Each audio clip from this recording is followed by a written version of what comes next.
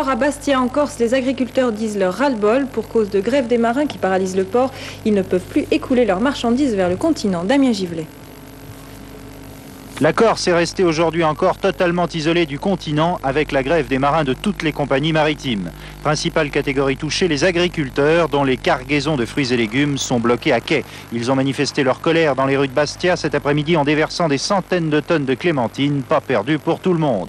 Avant d'en déverser également devant la préfecture. Coup de matraque, heure avec les CRS et dialogue particulièrement vif avec le préfet. On n'a pas de bateau depuis une semaine. Vous n'êtes pas au courant. On a arrêté les clémentines, on a tout plein d'ouvriers arrêtés. Si vous n'êtes pas au courant, moi je vous le dis. Et je me suis pris un coup par un con qui avait une matraque. Mon fils, il a 23 ans, il a mis tout sur l'agriculture, il vient d'acheter une propriété. La situation risque cependant de rapidement se débloquer après l'accord intervenu cet après-midi entre la direction de la SNCM et ses marins. Un service maritime minimum devrait reprendre très rapidement entre la Corse et le continent. La situation s'améliore ce soir sur la plupart des régions frappées par les intempéries. Mais malgré les efforts des agents EDF, 29 000 foyers sont toujours privés d'électricité. Débat houleux en perspective ce soir à l'ONU. Débat sur un projet de résolution qui traite de la protection des Palestiniens. Le projet présenté par les non-alignés devrait mentionner le projet d'une conférence internationale sur le Proche-Orient. Si ce n'est pas le cas, la France pourrait ne pas voter la résolution. Et puis la tournée du président algérien au Proche-Orient. Après la Jordanie, Chadi Ben Jaïd est aujourd'hui à Bagdad pour tenter de trouver une solution arabe à la crise du Golfe. Il a été accueilli par Saddam Hussein. Il sera jeudi et vendredi à Téhéran, la capitale iranienne. George Bush a donné ce soir la date du prochain sommet qu'il tiendra avec Mikhail Gorbatchev à Moscou. Il s'agit des 11 et 13 février prochains. Il a également annoncé une aide économique américaine à l'Union soviétique et la levée des restrictions commerciales. En Albanie, les manifestations d'étudiants se poursuivent. Malgré l'accès au multipartisme annoncé hier soir, les contestataires jugent cette décision insuffisante et réclament la démission du gouvernement. Les manifestations ont déjà fait un mort et plusieurs blessés. En Pologne, le général Jaruzelski, ex-dirigeant du pays, a troqué ses lunettes noires pour regarder sa nation droit dans les yeux. Il a fait hier soir son mea culpa. Błądzić jest rzeczą ludzką. Błądziłem i ja, ale nie zabłądziłem na bezdroża.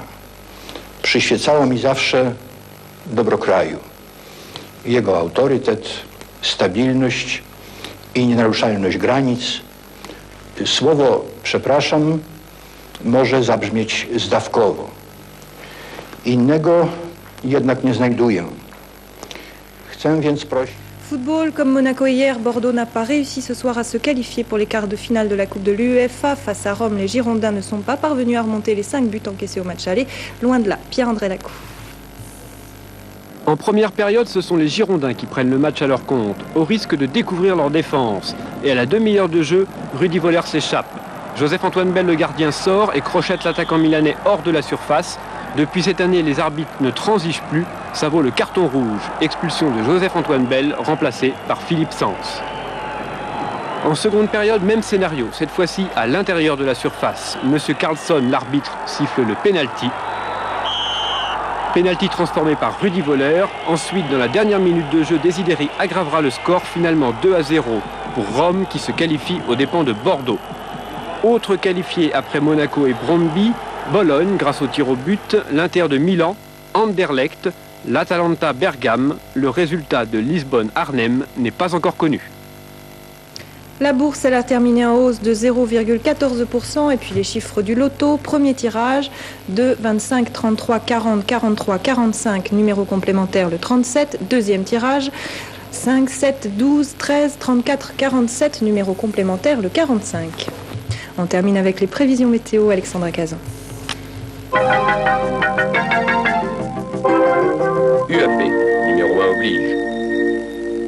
12 France est divisé en deux. À l'est, de la neige, des nuages. À l'ouest, le retour des éclaircies. On commence par les bonnes nouvelles. Demain matin, donc retour des éclaircies en Bretagne, mais aussi en Corse. Un ciel toutefois variable sur le nord, la Normandie, la région parisienne, le centre, le Poitou, Charente et les Pays de Loire. Sur ces régions, les averses ne seront pas exclues et des orages sont à prévoir en Corse. Sinon, pour les autres, nuages, averses, pluie et neige, notamment sur les Pyrénées, les Alpes et le nord-est. Demain après-midi, même topo. Ciel variable avec éclaircies et ponctué d'averses à l'ouest. À l'est, de la neige, notamment sur les Pyrénées, la région Rhône-Alpes, la Franche-Comté, l'Alsace et la Lorraine. Les températures s'échelonneront entre moins 1 degré à Grenoble et 10 à Montpellier.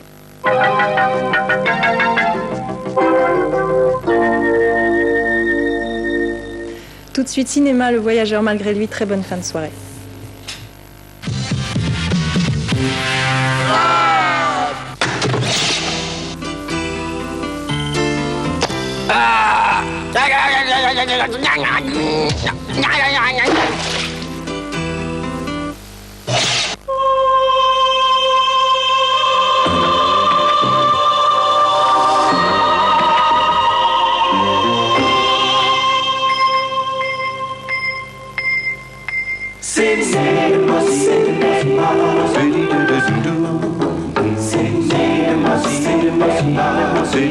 Cinema.